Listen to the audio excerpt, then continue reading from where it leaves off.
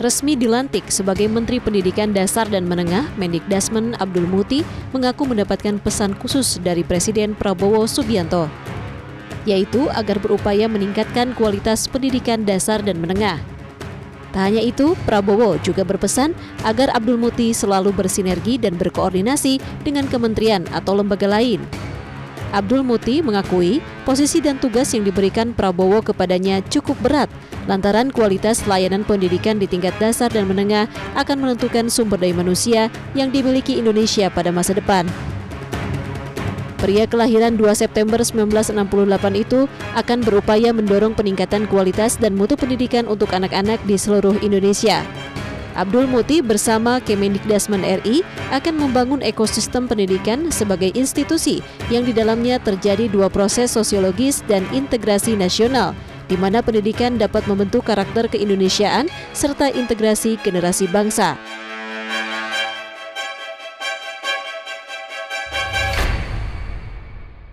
Terima kasih Anda kembali di One on One. Bapak, tadi kita sudah menjelaskan begitu ya, tadi soal sistem zonasi, bagaimana kekurangan dan yang akan disempurnakan lagi, terkait masalah-masalahnya juga gitu. Nah sekarang yang ujian nasional ini juga pengen jadi perhatian gitu. Apakah benar akan dihapuskan atau seperti apa? Iya, kembali lagi kepada filosofinya ya, begini.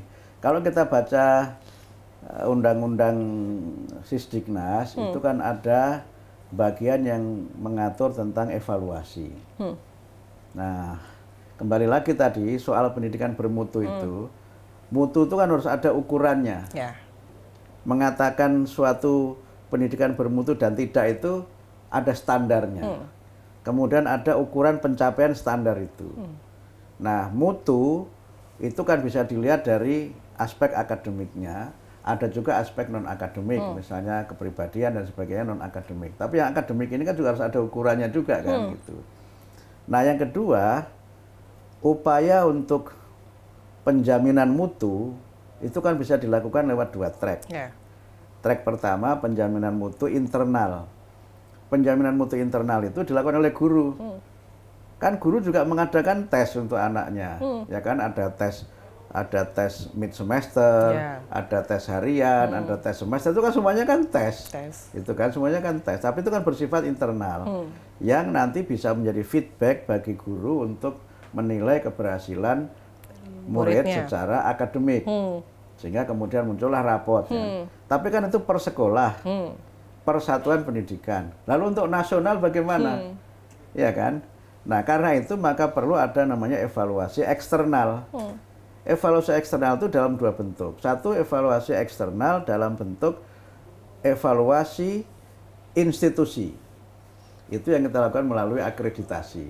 Jadi misalnya sekolah A itu dinyatakan baik, ukurannya apa? Apa gedungnya yang mentereng?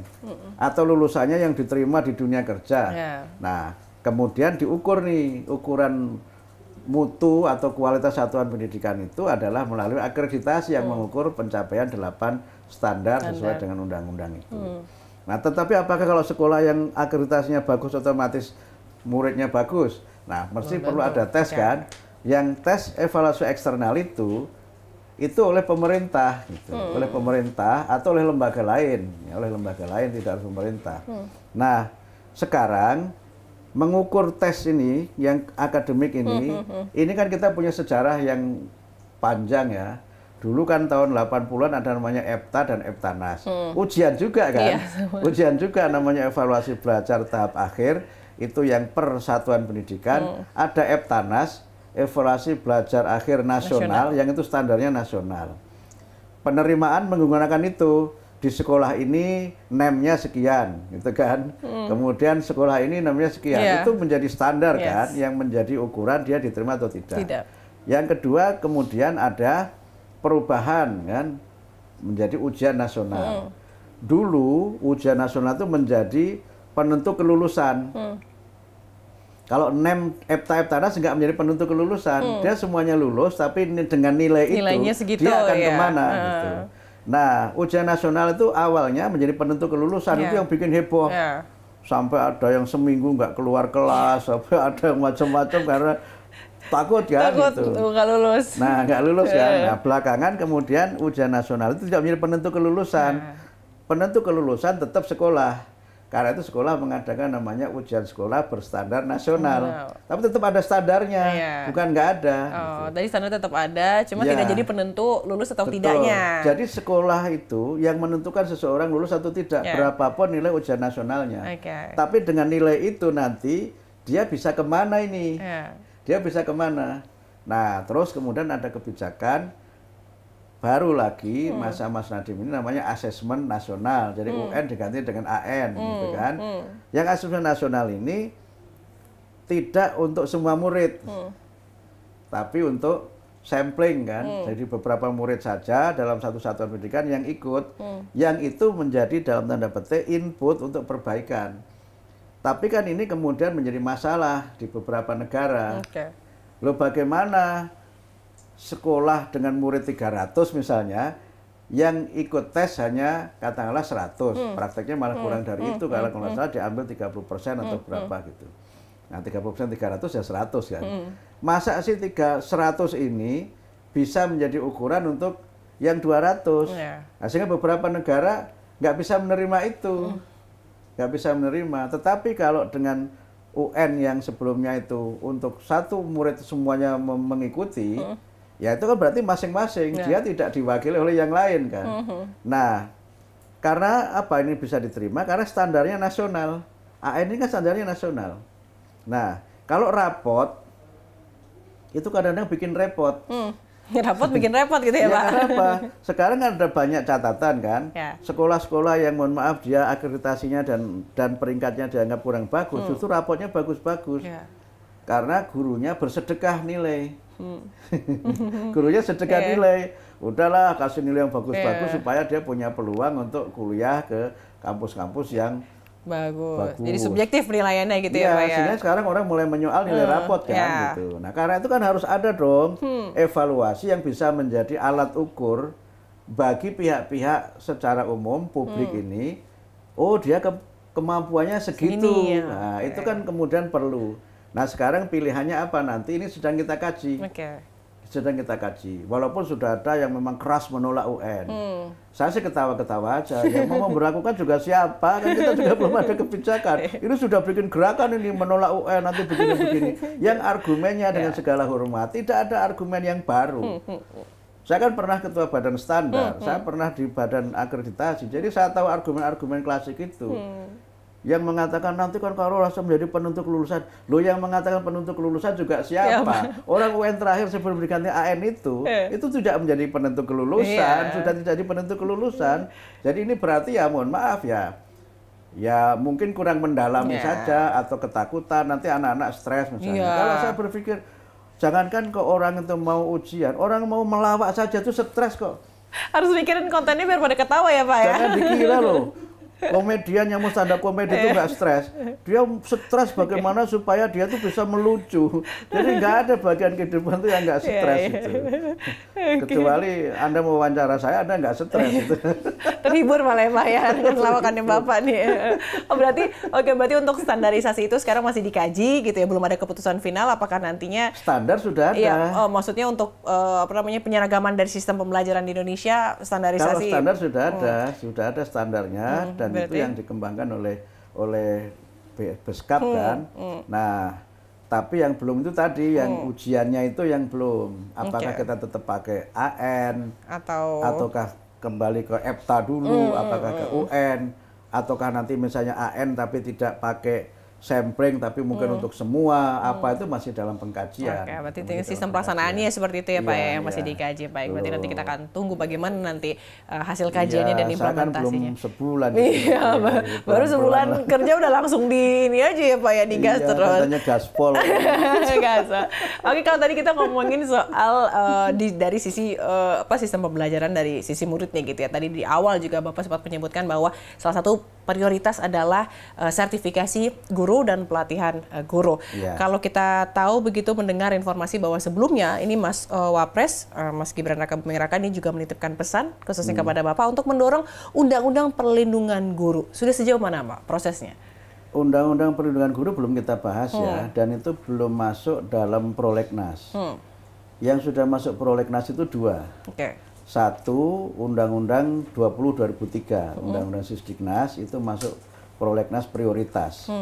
Jadi mungkin tahun 2025 itu akan kita lakukan revisi, tapi mungkin tidak revisi total. Mungkin itu revisi beberapa pasal yang kita anggap tidak lagi relevan. Apa satu-satunya, Pak? Ya banyak ya, banyak misalnya. Bahkan mungkin beberapa yang mungkin sudah dibatalkan bisa kita hidupkan lagi.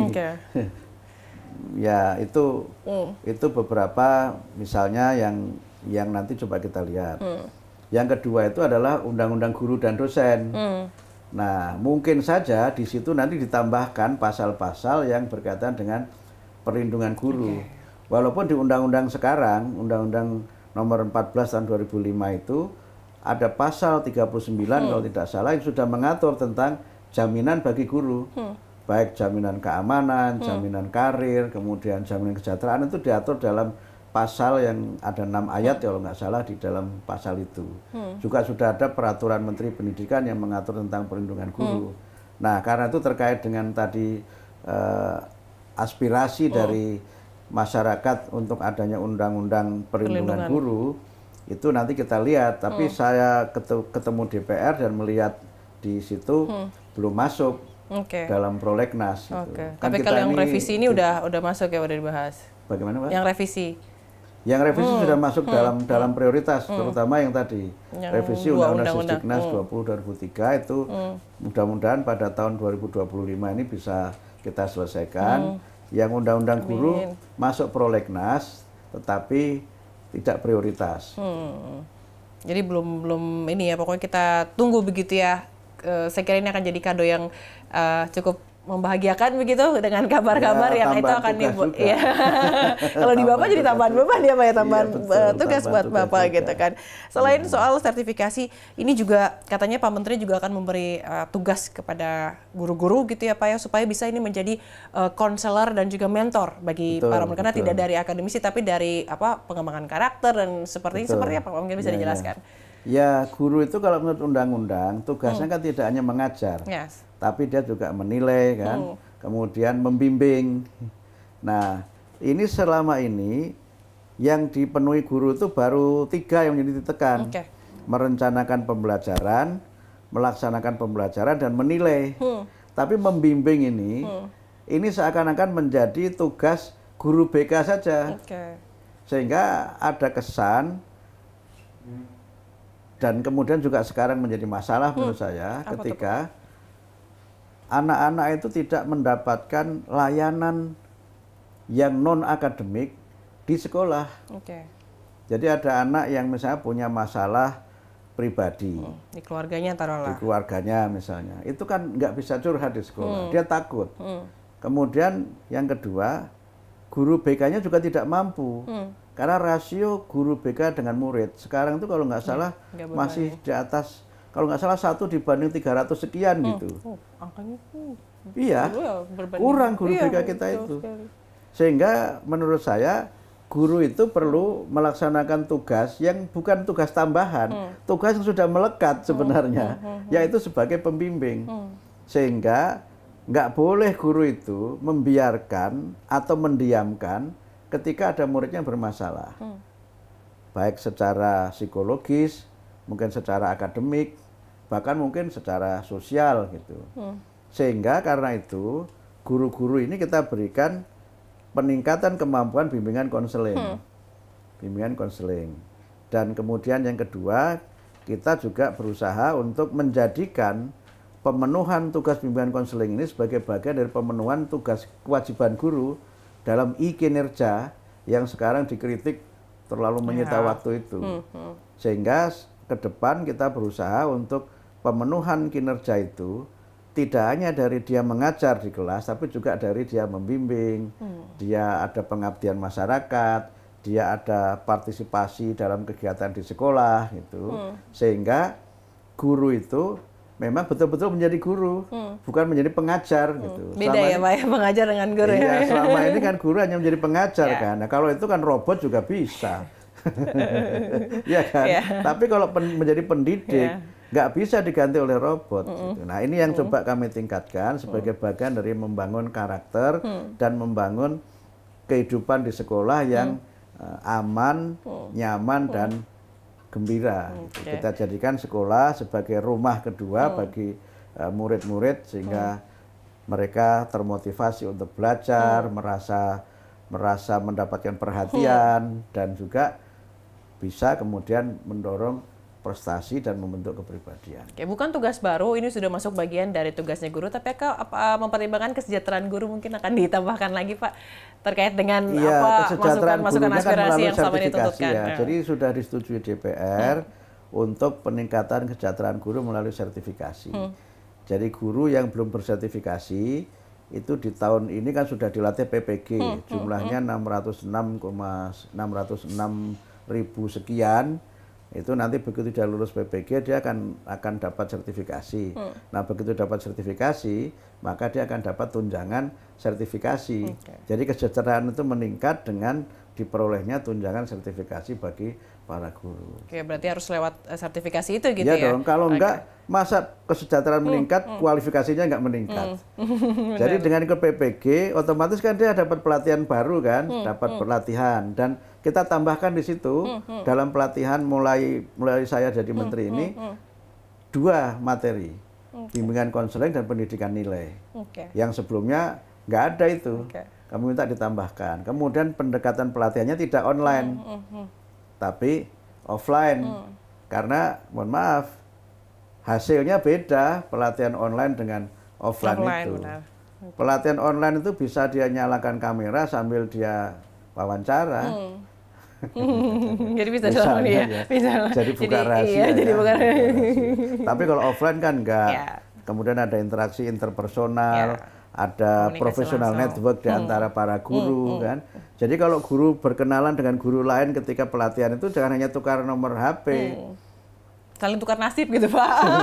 Tapi juga bagian membangun network kan. Saya ada kesulitan menangani anak seperti ini. Bisa nggak dibantu pengalaman. Jadi itu namanya professional network. Nah sekarang kan belum ya. Atau sudah tapi mungkin perlu kita tingkatkan. Oke, terakhir Pak mungkin pesan karena kan kita di dunia pendidikan sekarang lagi marak banget terkait dengan kasus bullying. Mungkin bisa pesan-pesannya untuk para mungkin bisa dari guru ataupun para murid untuk tidak lagi bukan membiasakan ya, mencegah lah intinya stop bullying di dunia pendidikan. Ya intinya kita perlu memperkuat catur pusat pendidikan. Kalau dulu kan 3, sekolah, keluarga dan masyarakat. Nah sekarang kita tambah apa yang keempat kira-kira? Moral, etika. Media sosial. Media ini juga pengaruhnya besar loh. Sehingga karena itu maka kalau keempat pusat pendidikan ini berjalan dengan baik maka berbagai masalah mudah-mudahan bisa kita kurangi. Banyaknya masalah itu kan orang tua misalnya hanya menggantungkan sepenuhnya pada guru, di rumah tidak. Padahal banyak masalah di sekolah itu bermula dari rumah, iya kan? Nah, kemudian juga di rumah tapi di masyarakat tidak. Sehingga kita perlu menurut saya membangun kehirauan sosial. Jadi misalnya ada anak-anak bermain, kebetulan di dekat rumah saya itu ada halaman gitu, biasanya untuk lapangan badminton, tapi kalau sore dipakai anak-anak bermain itu, istri saya membuat aturan, kalau dengar ada yang ngomong kasar, langsung dibilang, yang ngomong jelek nggak boleh main. Langsung ada hukuman. Itu kan bagian pendidikan di masyarakat kan. Jangan kemudian bilang biarin aja, yang penting tidak anak saya. Kan nggak bisa begitu kan. Anak kita didik baik-baik, yang lain tidak. Kan mesti menimbulkan masalah. Sehingga karena itu kehirauan untuk kita ini juga peduli terhadap keadaan di masyarakat, walaupun bukan anak kita, itu juga harus kita bangun gitu. Sehingga kita jangan menjadi masyarakat yang egois lah, hanya mementingkan dirinya sendiri dan tidak peduli pada orang lain. Nah kalau ini bisa kita perkuat 3 ini, pusat pendidikan ini ditambah dengan media sosial, itu menurut saya juga menjadi bagian dari kita membangun suasana yang rukun ya, yang berkeadaban gitu. Karena itu kan Perdana Menteri Australia kan sedang berjuang kan lewat parlemen untuk anak-anak di bawah 16 tahun nggak boleh pegang gadget kan, nggak boleh. Nah sementara di sini mereka masih kadang-kadang masih balita sudah pegang itu. Nah, karena apa? Harus dibatasi. Dan ya, mereka tidak tahu kan, yang mereka lihat itu kan tidak tahu. Ya. Misalnya di situ dia main game yang kekerasan. Baik. Dia kemudian karena tidak ada mendampingi tadi, dia praktekkan. Ya. Gitu. Malah mungkin mohon maaf gamenya tuh perang-perangan, ya. Perang-perangan. Yes. Yang dia tidak tahu bahwa itu hanyalah game. Kalau di game ditusuk bisa hidup lagi.